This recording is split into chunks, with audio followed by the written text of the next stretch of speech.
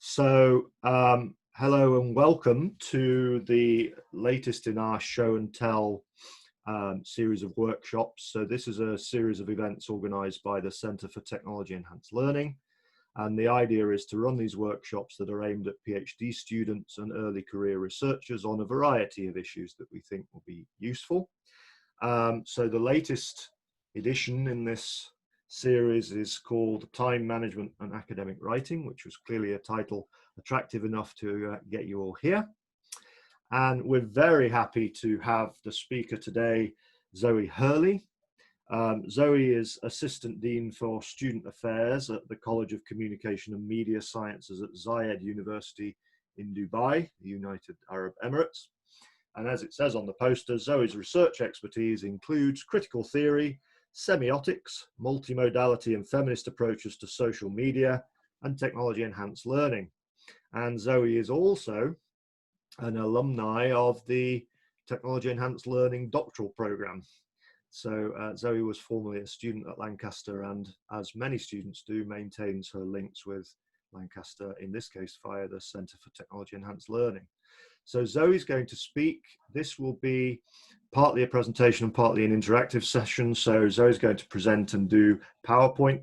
There will be some moments where we do things like breakout groups. That's very, we're the Centre for Technology Enhanced Learning, right? We have to do something really technologically advanced that everyone else has been doing for years.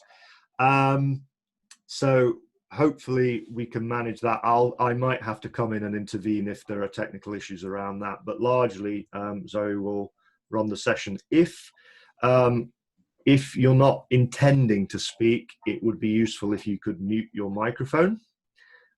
Otherwise, with this number of people, it's likely to generate a fair amount of background noise. But do feel free to leave your webcams on. It's always good to know that we're not talking to an empty room. So webcams are welcome, but please mute the microphone unless you're speaking. So thanks for agreeing to do this, Zoe, and over to you. Hey, thank you, Brett. My pleasure. Thanks also to Kyung Mi, and yeah, thanks to everyone for taking your time out of your schedules today to join me for this session. And I'm very much aware that time is a particularly precious commodity. So as Brett mentioned, I recently completed my PhD in TEL, focusing on Arab women's empowerment through social media. And I completed that in just under 4 years.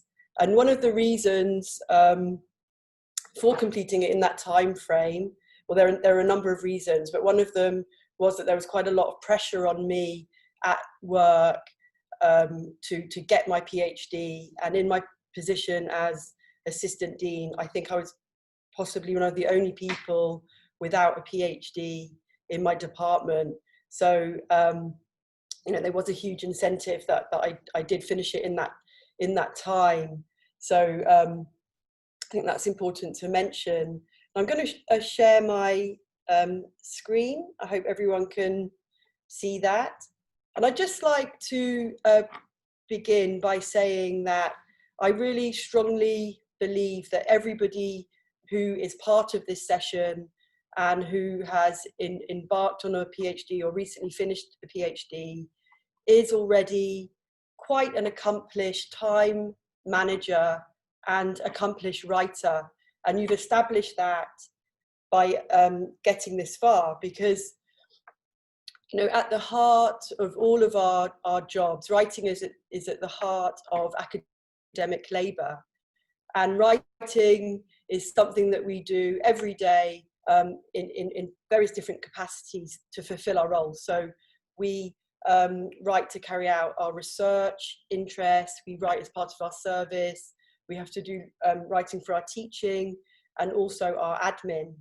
But at the same time, I'm aware that there are enormous pressures surrounding getting your work published, and that occurs within the context of the competitive university, which is also in the context of countries striving to become knowledge-based economies. So at Zayed, where I work, the university only recognise publications in Scopus journals, although we all do carry out lots of different types of writing and write in different mediums. Scopus is the only thing that gets recognised. And, you know, I think for many people, this is something that, you know, especially for early career researchers, it seems that it's out of their reach. So in many ways, where we are, it seems a little bit like the American dream.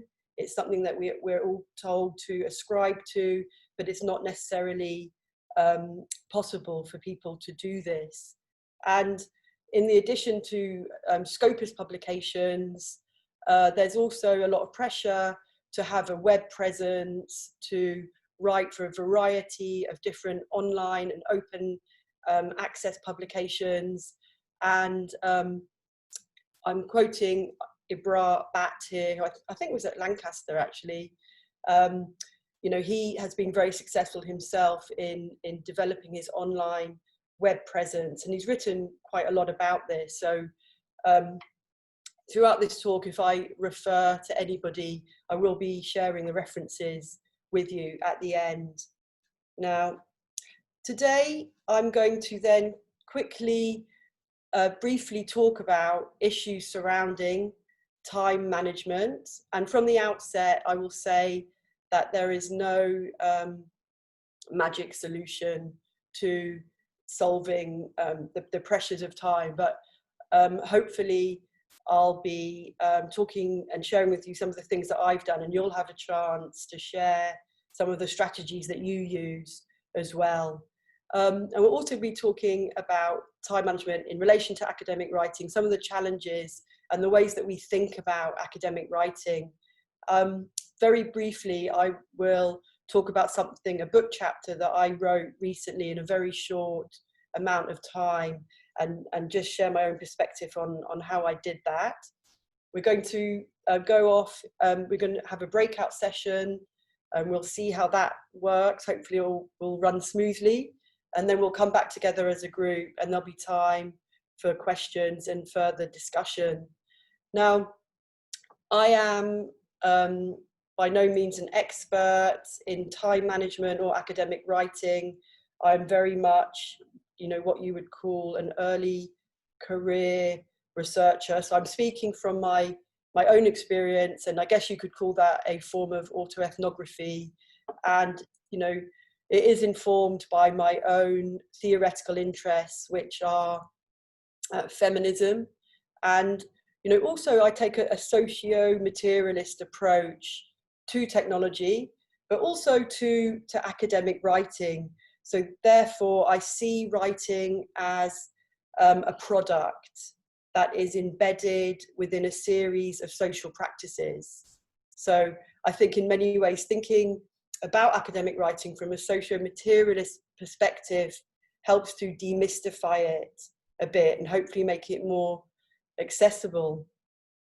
So, you know, everybody has experienced COVID.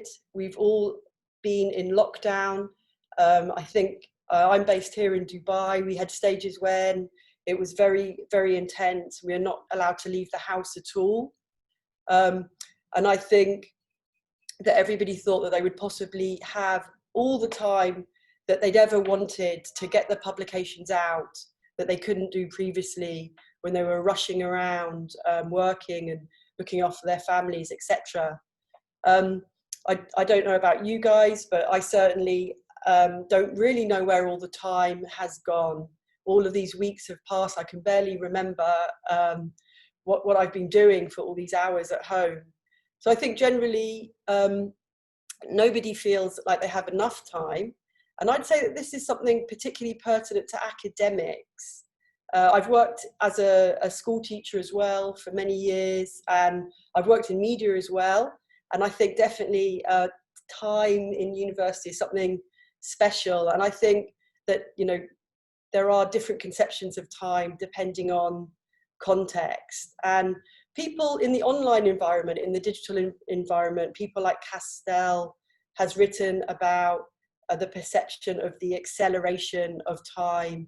And perhaps this is due to the fact that we're often online and that we're connected and we're multitasking. But Judy were Jackman, and I mentioned her name in the previous slide, who in 2015 wrote Press for Time, The Acceleration of Life in Digital Capitalism, points out, well, actually, of course, we've all got the same amount of time, and it's not that we have less time, but perhaps we have less time, or we perceive that we have less time to do the things that we really want to do. And that could be to spend time reading leisurely, really going, deep into our research interest and really tracing back the literature, and spending a lot of time thinking and enjoying the research and the writing that we're doing. I think we all believe that we need more time to rest, more time to spend with our families. And, as a result, time becomes something that we can become hugely anxious about. And many of us procrastinate. And it's often really hard to get going on tasks until the absolute last minute. And I think, consequently, there are pathologies surrounding time, and lots of us have a lot of anxiety and guilt, and this can lead to insomnia, and it becomes a vicious circle where you're tired and stressed. So in many ways, I think that the promise of technology to carve out more time for us via things like digital management systems, or Monday.com, which can organize your tasks. I think it's a cruel optimism that will not necessarily deliver what we want. So that's an issue. So I think I'm just going to speak briefly about my family life during my PhD. And I think, so I have 3 teenage children, and I think this, we don't have any family portraits. We haven't really had any time to take them, but this is a screenshot of our Netflix family avatars. And my daughter put this together. She was 9 when I started my PhD, and she says that she cannot remember a time when I wasn't doing a PhD.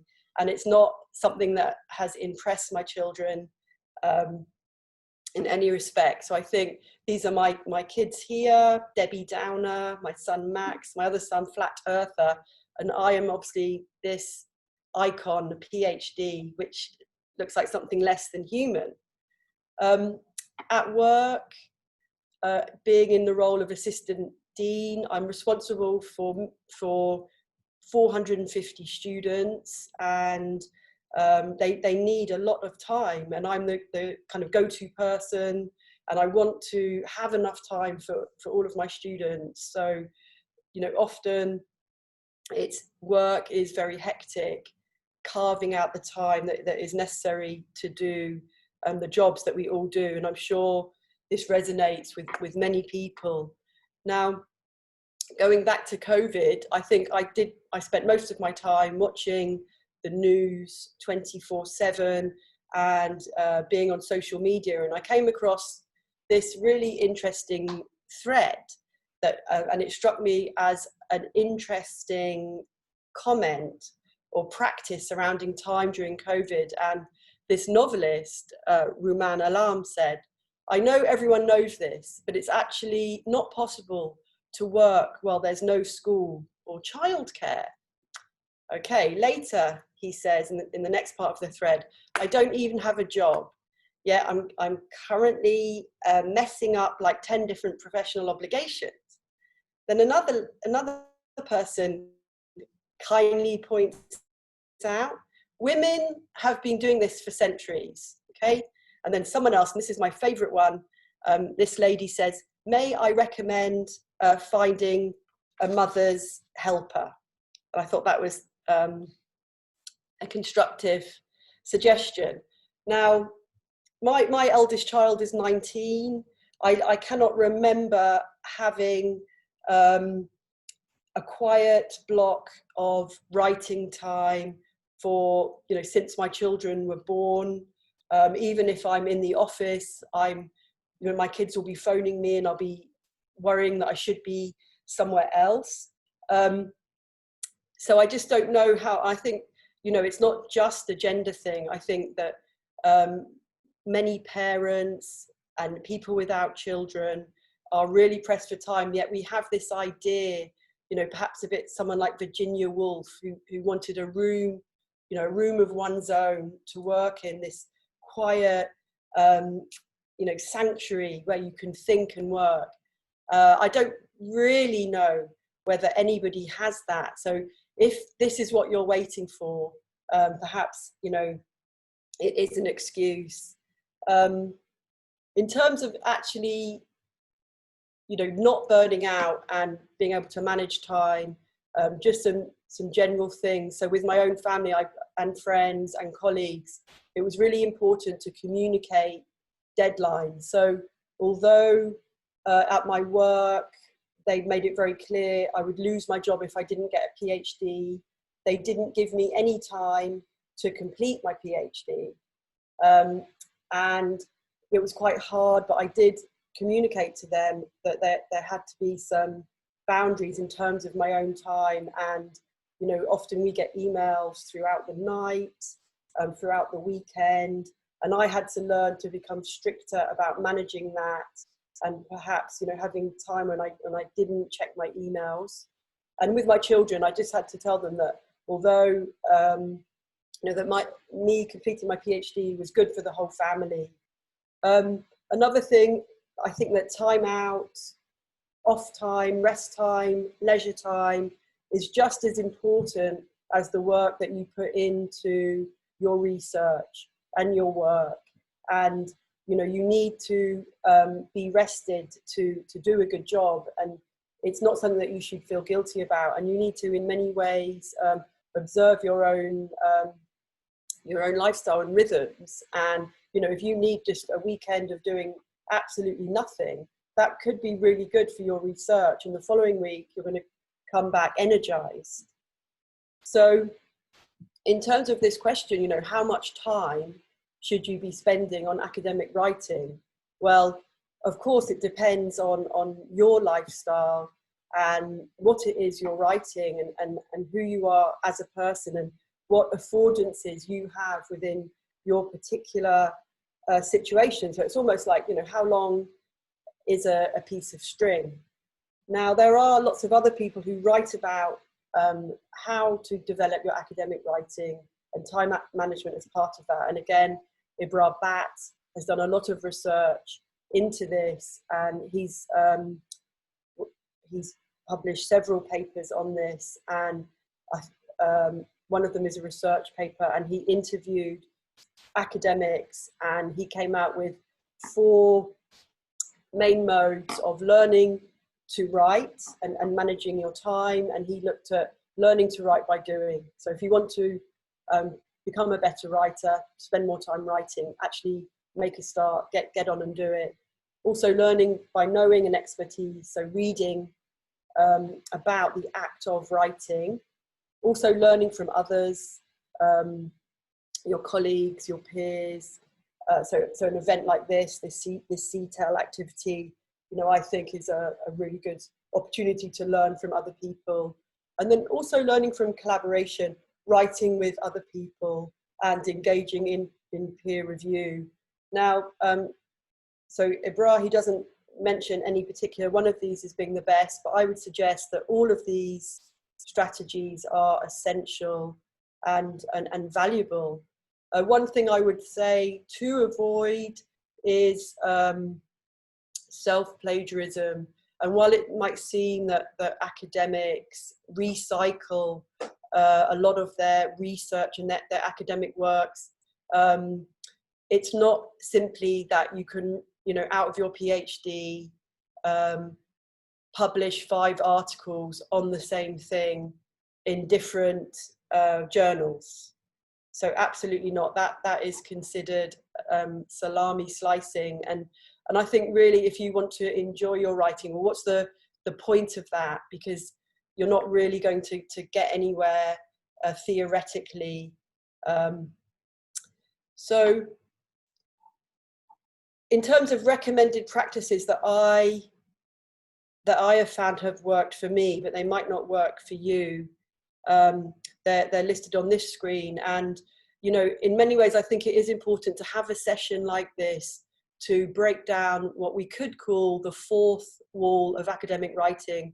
And by that, I mean, when you read a published journal or a book, you have no sense of the agony and the time and struggles that the writer has kind of experienced in getting their work published. So when you read it, a good piece of writing should be smooth, and it doesn't always, it can do, but it doesn't in you know, in TEL writing and academic writing, it's not normally a kind of meta criticism of academic scholarship.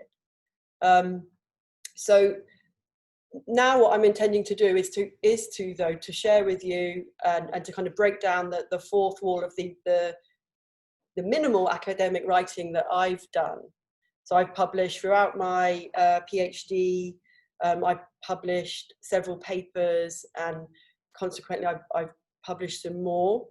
And it's taken me, yeah, lots and lots of time to get things written and then to get things published. But there were certain things I did, and that was sending lots of articles off to journals, and most of them were rejected. But I learned an awful lot from the rejection, in that those people, the reviewers, took time to really drill deeply into what I'd written and to give me feedback. And I also then started to really familiarize myself with certain journals, and I volunteered as a reviewer, and you know, that made me far more acquainted with what the journal was looking for. So in general, I think that good writing comes from criticism, and I think that if anyone is taking the time, your tutors, people marking your assignments, or your peers, if they take the time to really give you constructive feedback, that, you know, that really is a bonus.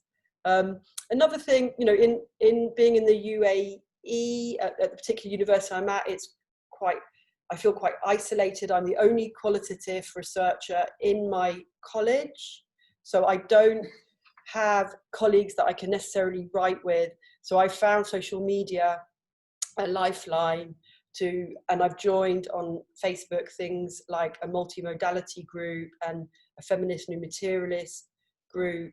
And then I know about calls for book chapters, for example, or calls for journal articles. And you start to kind of feel over time that you're part of a group, and then you see what other people are publishing. I've mentioned this already, but things like this CTEL group are, you know, an excellent opportunity. And in general, the main thing I think that's helped me write in this time is reading, and reading every single day. And so when I wake up in the morning, the first thing I do is I do not go on social media, don't speak to my kids. I generally read an article. And then I also think it's not enough though just to read articles. You also need to read whole books. And I'll be saying something about that a bit more in a minute. So obviously the best writing takes time, years and decades. However, what can we do when time isn't on our side? And, you know, many of us, we're not getting any younger.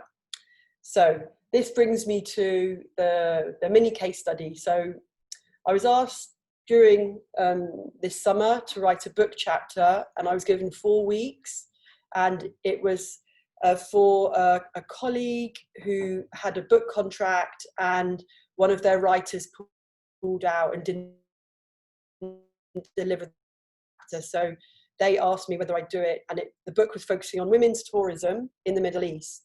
Now, although I'm in the Middle East, I know very little about the scholarship of tourism or travel writing. So to save time, I took what I already had learned on my PhD, and I applied a social material approach to travel writing.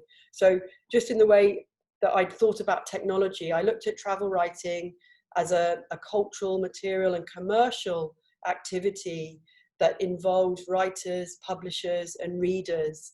And before I went in, I was very clear that I would use a feminist lens and a post-colonial perspective. Now, I couldn't leave the house, so I couldn't interview people. I was quite limited. So I looked at I had two first edition copies of some travel writing by Freya Stark, a British travel writer, and I just did some close reading of those books.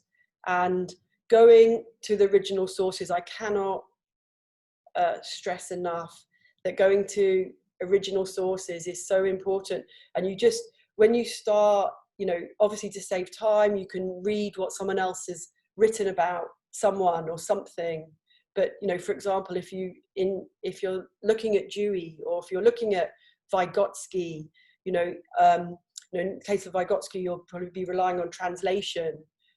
But, you know, that doesn't matter. But just reading what someone else has said about a theorist, I think, can be quite misleading, because you need to take your own critical lens and look at the original sources. You can also have a broad overview. So to write about Freya Stark, I also looked at things like Guardian articles and articles in the New Yorker, and that I started to see that people were just saying the same thing. So that was quite interesting to see the patterns. I think when you're writing, be it your thesis or a book chapter, an article, you need to be asking yourself, what's the point? So what's the critical point? And then, you know, your writing can become more purposeful. So you need to think, you know, what is the contribution of your writing and the takeaway for the readers? So, you know, what's the point? But saying that, you've got your point, but I really don't believe that writing for everyone, and writing, in my experience, is not a linear process. Writing can be quite chaotic and creative, and you know, for me, it's a lot of like scribbling and note taking, and there's lots of people write about this, and I'm by no means an expert in this, but there are terms like power writing, free flow, stream of consciousness, writing as an adventure in thought. So you can write from the middle, you can write from the end, and ultimately no writing is wasted time. And Brett will know that when I initially I wrote my whole thesis focusing on cultural historical activity theory, and my PhD ended up having nothing to do with the chat lens. Now, I didn't think that it was a waste of time, because I think that the act of writing is useful, because you're honing your skills and your perspective. So another thing I've got here is the idea of writing hoarders, and I think people do this, and I've read on social media that people do this, that when you write, you have to cut down what you've written, but you can't bear to just throw away your writing, so you perhaps save it in another document. And you know, I do that all the time, and I have gone back to these chunks of writing. Also, I think there are visual approaches to writing, so diagrams, images, and you know, if you're on the go, if you're traveling on you know, by train, driving, verbal notes and voice notes are quite good, so you don't forget your ideas. So, you know, ultimately there isn't this perfect time or place to write. In terms of drilling in deep, this is, I wrote a commentary about the Black Lives Matter movement and how it was taken up in the Middle East. And this was a short commentary, I think it was 1,000 words.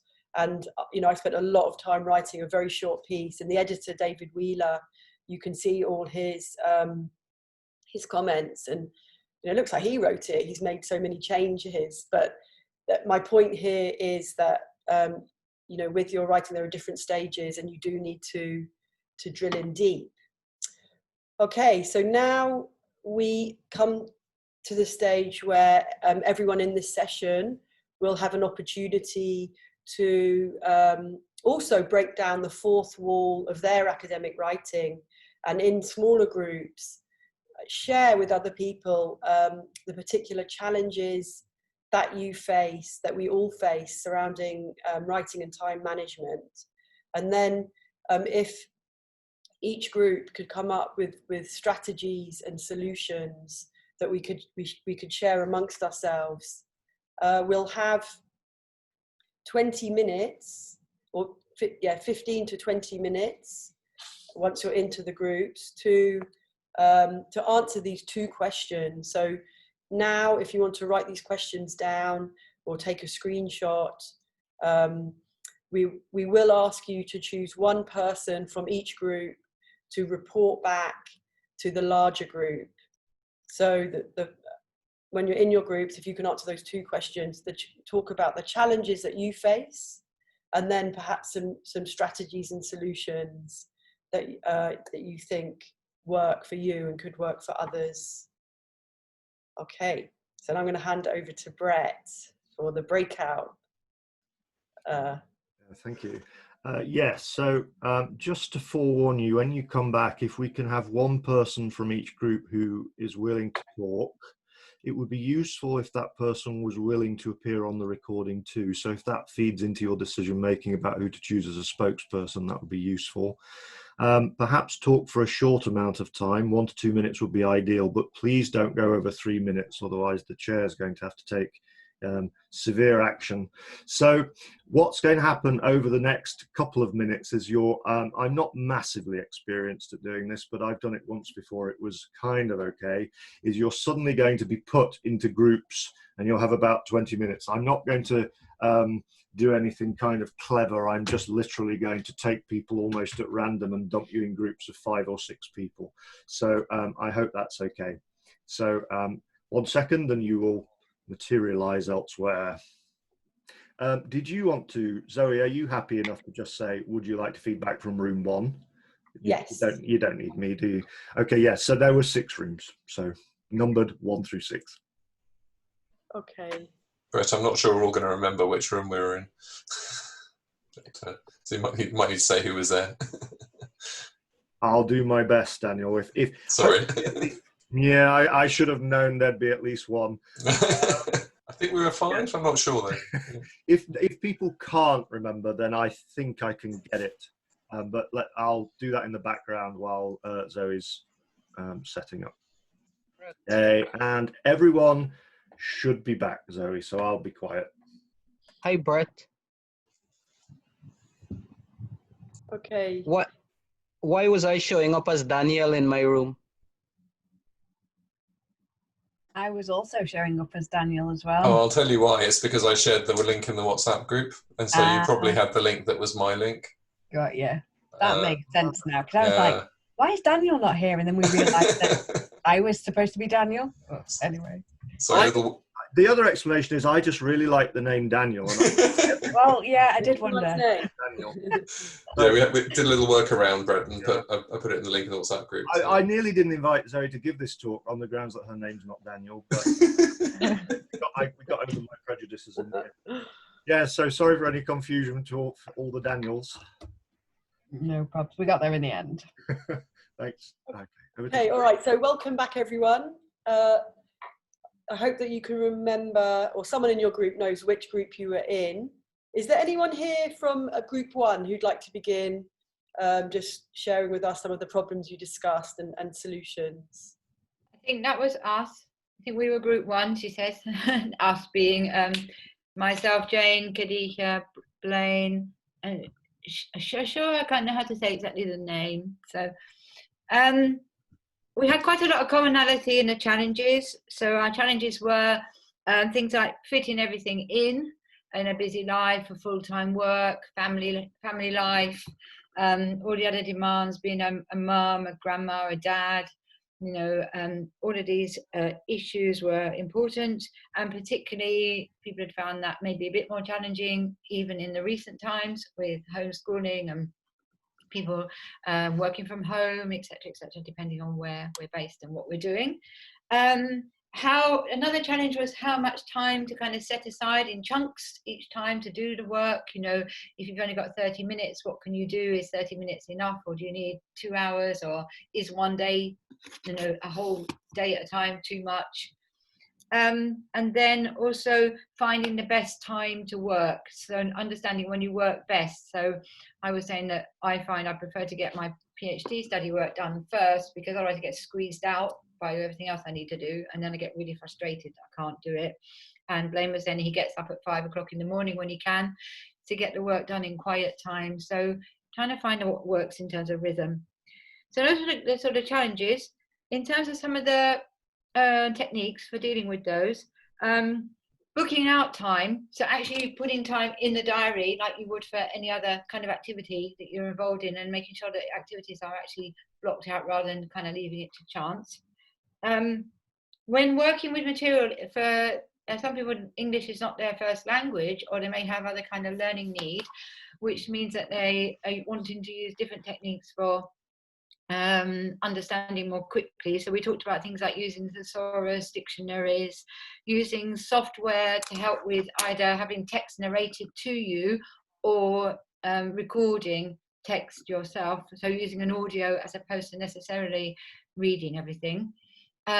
Maybe using some audio-visual material, so watching YouTube videos, for example, on YouTube, which might explain concepts more easily or be related to what you're doing, but changes the mode from the text all the time.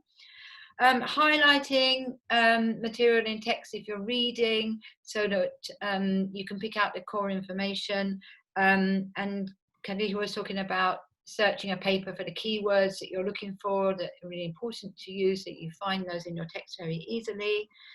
And then maybe making notes on material that you read, or notes on things that you want to write in perhaps a reference manager software, so that you can find it again. And I was saying that I read lots of papers in the first 2 years of the PhD, and I'm really glad that I made notes in the reference manager, because I need those papers again now, and I don't want to have to read them all again, to be honest. And then maybe I was talking about this is a really nice little book. It's called Beat the Bump by Catherine Redway. And it's a speed reading, a little guide to speed reading that I have personally found phenomenally useful in terms of trying to read more quickly. So those were some ideas and some techniques for our challenges from our group. Okay, great, thank you. Is it Jane? It is, yeah. Yeah, great, thanks, Jane. So yeah, lots of really great solutions and strategies there. Particularly the ones that resonate with me are advice to people whose English is their second language. So I think that presents challenges, but definitely I myself, yeah, swear by podcasts, audiobooks, and lots of different materials and a variety of approaches. And I think, you know, active reading and in terms of speed reading, I think the more that you read, you start to read, your reading gets better and you read deeper and you get faster anyway. And, you know, sometimes you, like I read a lot of articles and then went back to them, but I did go back to them later if they were really important ones. Okay, great, thank you. Is there anyone here from group 2? It's group 2. Okay, so group 2 was Daniel and the other Daniels, I expect. Denny, Dima, Eugenie. Oh yeah, this is my group. Okay. Hi. Sorry. So, okay, so we have 4 in my group. Myself, Dima, Danny, and not Daniel, and he said Lance. So we discussed a lot, and then finally we finalized the challenges, some key challenges and then some solution. Some of the challenges and the solutions are quite similar to the previous group as Jane discussed. So the key challenges we discussed, number 1 is the balancing between the work and the study, because most of us are the full-time staff, full-time workers. So we need to balance between the work and our study. Second challenge we discussed is the, again, balance between the study and the family life. And then third one we discuss is how to motivate. This one is particularly, I raised this issue. So I'm from cohort 11, and at the moment, I finished the protocol submission, ethic approved, and about to start the project. But the thing is how to motivate myself. Okay, so this is the 3 key challenges we discuss. And the solution for these challenges, the first one we discuss is looking for the time to start writing. So this will depend on the individual. So it cannot be one size fit all. Okay, so some may write in the weekend, some may write in the weekday. It depends on our situation. Second solution we discuss is start writing whatever, not necessarily for the academic. For example, some reflection from our work experience or whatever we see, whatever we think, just write 1 or 2 sentences or the 1 paragraph, make a habit of writing. So these are some solutions and challenges we discussed. Any more from my group? Danny, Dima, Lance, do you want to add some more? We discuss a lot. So these are the key challenges and the key solutions. Dima? Okay, so that's all from my group. That's it, Eugenie. That's it. You covered it all. Okay. Oh, okay. Thank you. Thank you. Great. Thanks, Eugenie. Yeah, and all of those points I think resonate with all of us, especially balance and finding self-motivation. Okay, let's go to group 3 now. Is there anyone from group 3? I think that's us, but if it's not, I'm going to get it over with anyway. So I'm Sandra, and I was in a group with Mike, and Saeed. And some of the challenges, I suppose we broke them down into, 2 groups. There's everything that's related to the COVID-19 pandemic, which is, obviously still with us. And there are some countries that are still in lockdown, which means that, you can't get out of your home space. You have, children looking, for your time. You've got family members all trying to access the internet. They may be doing, school exams, all that kind of stuff. So there's that, which is a big deal. And we shouldn't lose sight of that, because it could come. So from a solution perspective, it may well be that there's a choice to be made and that you cannot focus on your writing, and you may have to, come up with, other solutions. So this is where we like all our program team at Lancaster to look after us very well with extensions and the like. So that's one thing. But then aside from that, obviously, a big challenge that we agreed between us was one of digital distraction. So you're sitting there, your phone is pinging, there's an email coming through, there's something more important. So it's, we feel that we have to be on and available always 24/7. And you know what? We don't. None of us do. And I think probably a lot of people who were used to working in, a work environment, going to work and having to work from home, may find that more difficult to adjust to. So I think the same thing applies to our writing.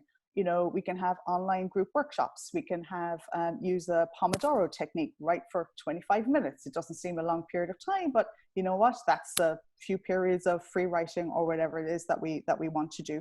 So there's a way of doing that. But I think as Mike called out, it's having the capacity for clearing out the time and the space. So the mental space in your head to be able to do that, and also clearing out the distractions. So we also talked about just some useful tips. We just shared some ideas regarding apps that might be useful for managing and sharing notes and tips amongst us. So, is EndNote desktop really that much better rather than EndNote online? I have spent 4 hours with the library staff on workshops, and really I, know better off, and so on. But it's good to be able to share those tips. And we also, I kind of mentioned that, for the last number of months now, well, probably for about a year, but it's really been running for the last few months. We have a cross cohort weekly sync, which is synchronous. So, people might drop in and out with a cup of coffee for 15-20 minutes, but just chat about challenges or tips or tricks or various things like that.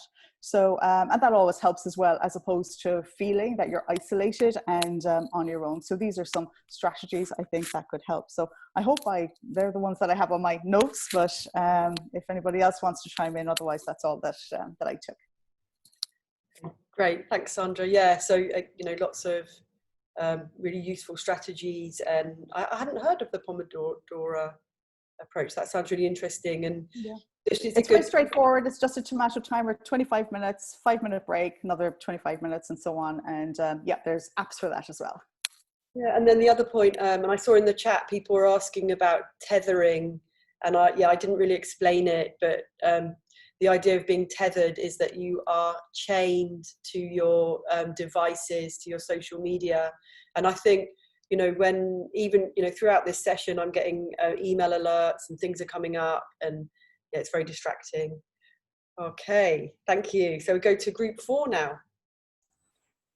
I think that was us, Colette, Phil, Anne and Harney. You all right? There's quite a lot of overlap, actually. I'm just going to work my way around in terms of challenges. You might become so entrenched in problems that even the notion of organising your time is going to take time, which you feel you haven't got.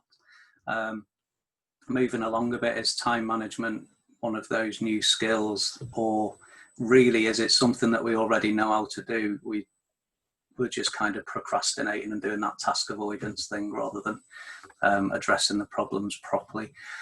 Structures and scheduling are fine, but when they're disrupted, it perhaps feels a bit more of a emotionally impactful, because you have this structure which has just been disruptive, rather than not having one and you don't realise how much you've been disrupted. There's also a challenge in realising that big chunks of time are actually made up of little chunks of time. You need to remember to be kind to yourself, I suppose. If you've got smaller chunks of time to allocate, perhaps it doesn't feel as impactful if one of those falls away.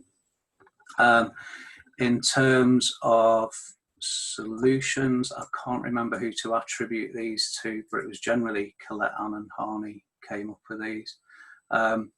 Don't be hard on yourself was one. Shop around for a good supervisor. Like that. Know your own productive rhythm. So, you know it's already been mentioned, is 5 in the morning your productive zone, or is midnight till 2 in the morning your productive zone. Maybe find some peer support with those peers in similar circumstances, as well as those who aren't. So we spoke about, you know, having peers at work who are really empathic and helpful, but if they just don't understand what it is you're going through, then, you know, for all the help in the world, they might just not be that practical in what they're offering. Also differentiating support for time management from support for writing. Maybe the two different sort of areas of help to seek out. A really good one, I think it was either Colette or Anne, was commit the space and environment, not just the time. So when you're sort of managing this, remember that the space is as important as the time that you're allocating. Otherwise, you're just throwing good time after bad, I suppose.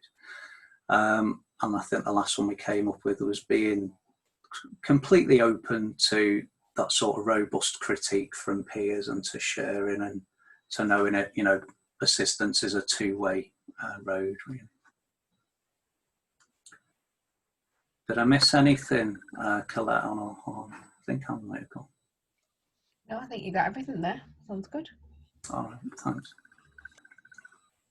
Okay, great. Thank you, Phil, and to group 4. Yeah, I think the issue of disruptions is an interesting one, isn't it? Because it's quite frustrating when we're not in control of our own time. And then you brought up a lot of really interesting points, but the point about supervisors and time management is an interesting one. And I think that the supervisors, some are here, but they've also got a lot of people that they're managing. And I think when you go from the first part of the PhD, which is very controlled, to the second part, I think, you know, it's up to you to make sure that you do have your regular meetings with your supervisor, and they're not necessarily going to chase you.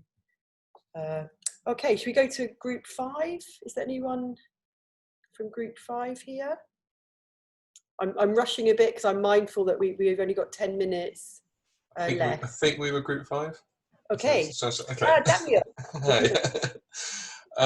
Yeah, so I mean, to be honest, be quite brief, because a lot of what we talked about has also been covered by the other groups, as you'd expect. I mean, in terms of challenges, you know, fitting in PhD study around, you know, we all have jobs, we have family commitments of various sorts, and that is a challenge, particularly a challenge for those with quite young children, I think.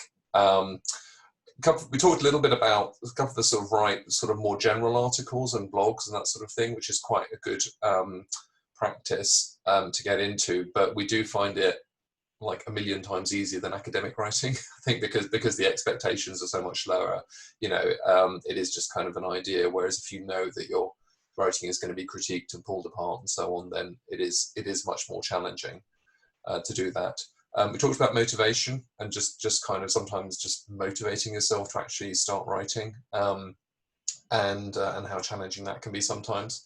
And I think it was, I think Shane made the quite interesting point that, you know, writing is a sequential thing, but it also requires thinking, and the thinking isn't necessarily sequential. It might kind of go round and eddy a bit. So sort of reconciling those can be a bit of a challenge. But we talked a bit about thinking time, and actually sort of going for a walk or a bike ride, or even on your commute, can be quite useful. But just sort of thinking time, which then makes it easier to actually write when you get to writing.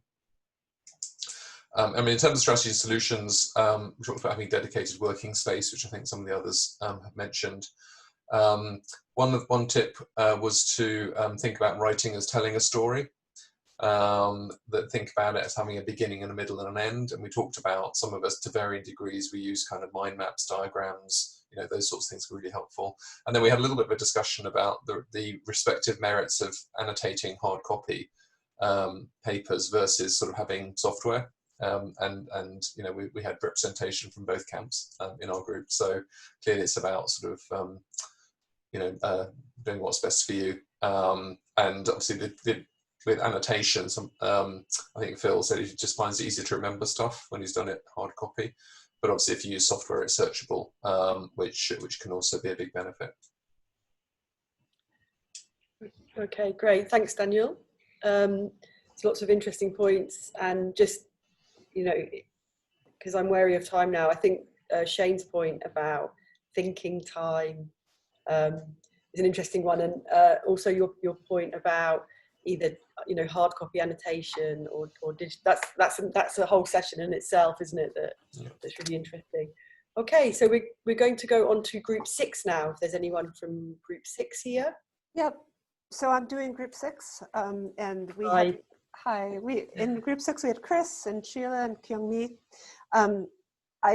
Everything kind of has already been said from one angle or another, to be perfectly honest. I don't think I'm going to be adding anything terribly new. They started off talking about we all have children, we're all working full-time and all trying to get a lot of writing done. So all of those challenges.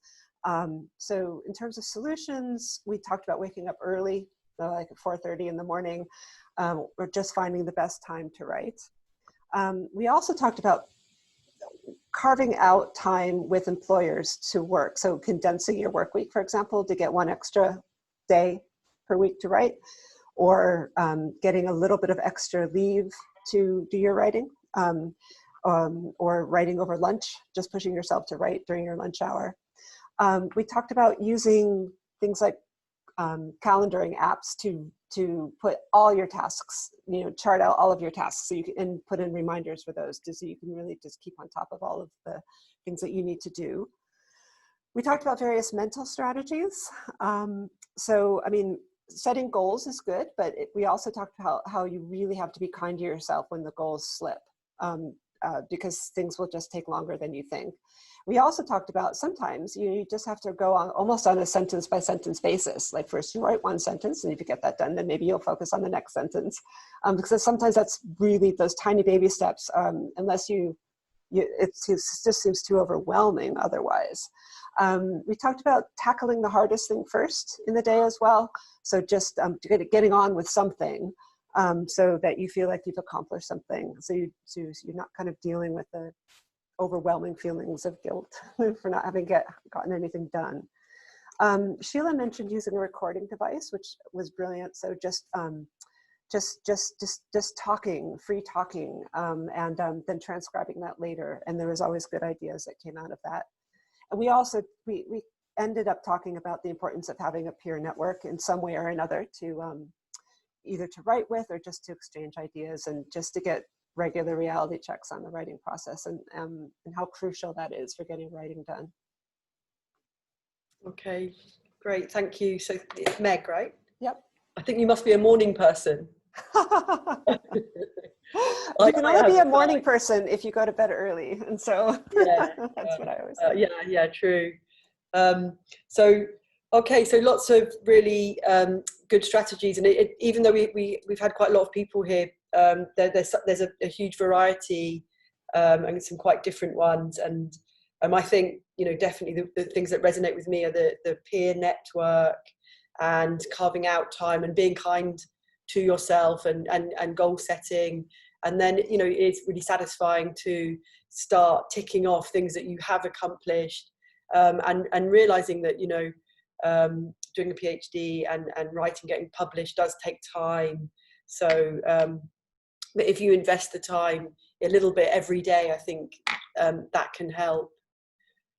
Okay, so thank you. I'm going to move now to the plenary, and then we'll have like a couple of minutes for questions. So I'm going to share my screen, and I just wanted to end by saying that there's, you know, the cliche in academia, publish or perish. I don't find that a useful phrase that motivates probably anybody.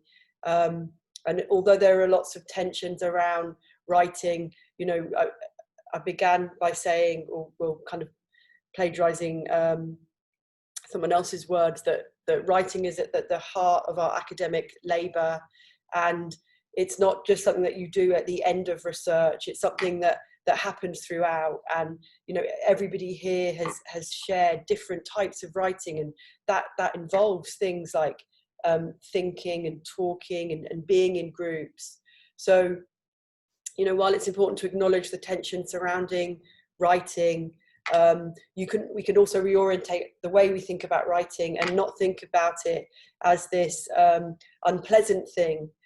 So, you know, I very much really enjoy writing. You know, I absolutely love it, and that's why I did a PhD. And so I like to think about writing as a form of flourishing, and it's something that you can use to push boundaries and to join groups. And although it is risky, it's something very worthwhile. And I think it's something that you never come to a final destination with your writing. You know, I started off with a literature degree, you know, 25 years ago, and throughout my PhD, I feel like my writing improved tenfold. And I hope that, you know, I'm going to keep on pushing it and thinking about it. So I think that being part of this group today was a really useful experience, because, you know, we all kind of feel the same about the anxieties and the tensions and the pressures. So I think it's good to talk about them. And I saw that in the chat group, someone asked about what I meant by the fourth wall of writing. And I didn't really explain that, but what it refers to, it comes from theatre, from Brettian theatre. And so the first walls would be the stage. So in terms of writing, you know, that would be the text. And then you have the audience or the reader, and then you have the performers. And rarely in a film or in a play do the actors look at the audience and go, oh, I'm really sick of this. I can't stand my lead actress. I hate the director. I'm only doing this job because I have to. So what I mean by that is that the struggles in writing, we rarely acknowledge them in academic writing, but they're there, they're real. Everyone experiences them. So that's so I've finished now. And so, yeah, any questions before we end? And I will turn I do have references here, so if anybody wants to look these up later, I can share them with anybody, but I'm going to stop sharing my screen now. So yeah, if anybody has any questions.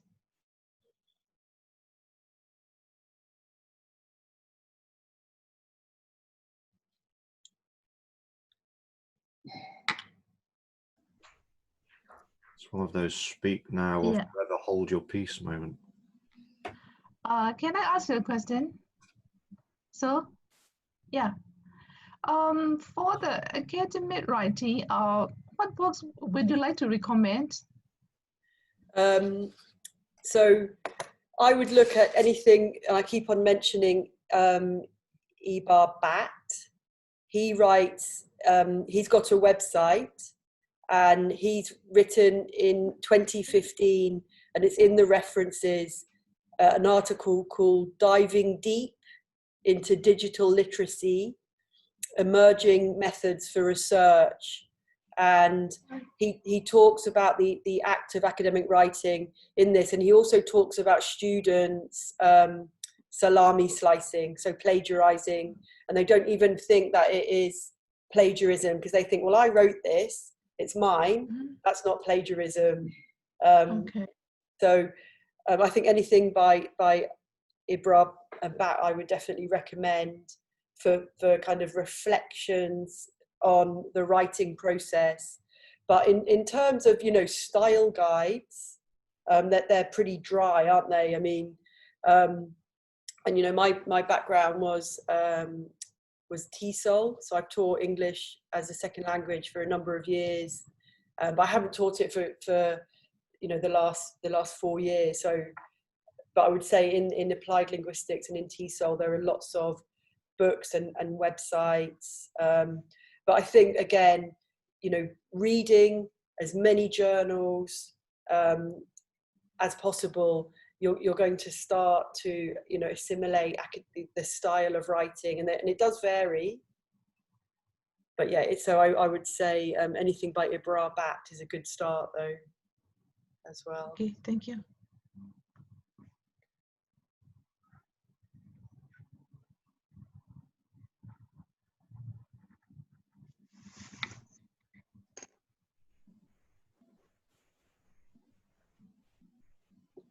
Okay, we probably have time for one more question, if anyone would like to venture one.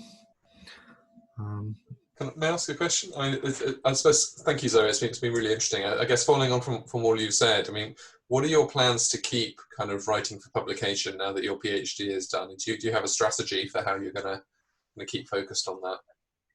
Yeah, I do now. So as I mentioned, we're meant to, at Zayed, publish in Scopus journals. And when I was doing my PhD, I wasn't too familiar with what all that meant, but I did publish in Social Media and Society, and you know, that was good. And I've subsequently found out that doesn't count because I didn't have my PhD. But so I am going to be focusing on Scopus, but to a limited extent. And I'm much more, because I'm old, you know, I'm older, so I'm not. Even though I'm an early career researcher, you know, I'm not an early teacher. I'm not on the early stage of my teaching career.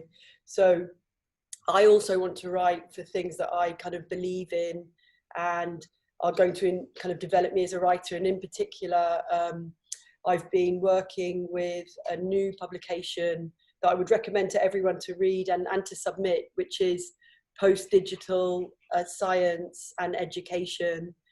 And the chief editor is Peter Jandrik, and he is incredibly encouraging of early career academics. And what's great about post-digital science and education is that, you know, I've sent off so many articles in the last few years, and you might not hear from the journal for a year, and then, you know, it's another year to get rejected.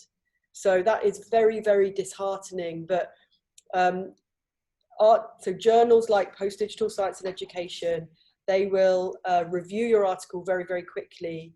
And that's what I also liked about social media and society that I wrote for, that the whole process was very, very quick.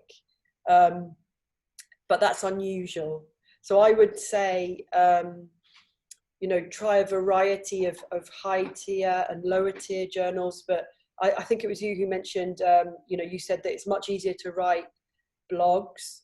You know, I think for many people, although, I mean, it is an art in itself, and, you know, certain people who write in an academic style wouldn't be able to write a successful blog. So I think that, you know, that there's worth to both. And I think it's a big transition, you know, becoming an academic and trying to develop a voice and to believe that you have the right for, you know, to write something that's published. So I would suggest that people do write in various different mediums. So in the next year, I want to continue getting some more articles published, but I'm also, I'd like to work on a book, ultimately. Yeah. Okay, so. Okay, thank you very much, Zoe. I know it's a bit different on Zoom, but I don't know if we could all manage to unmute our microphones and give a little round of applause. Do you think that would be possible? Thank you. Hey!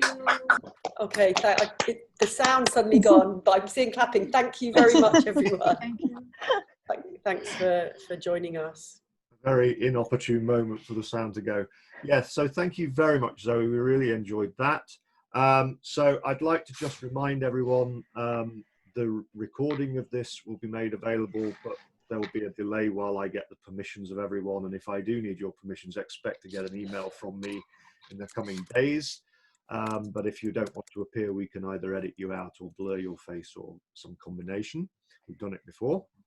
And if obviously this meeting was hosted under the aegis of the Centre for Technology Enhanced Learning, we're planning to host more of those. If you've passed your confirmation document stage of if you're a student at Lancaster and you've done your confirmation, you're eligible to join. So please do if you haven't already. But many people are also alumni, so they're also available. Usually we get the ideas for these events through the Centre for Technology Enhanced Learning. So please do feel free to join and suggest. And other than that, it was great to see you all online, and we look forward, if possible, to seeing you at the next meeting that we host. So thank you very much, and I'll close the meeting. Thank you very much. It was good to see many of you are familiar to me, so it was good to see you all again. Thank you. Bye. Thank you. Bye.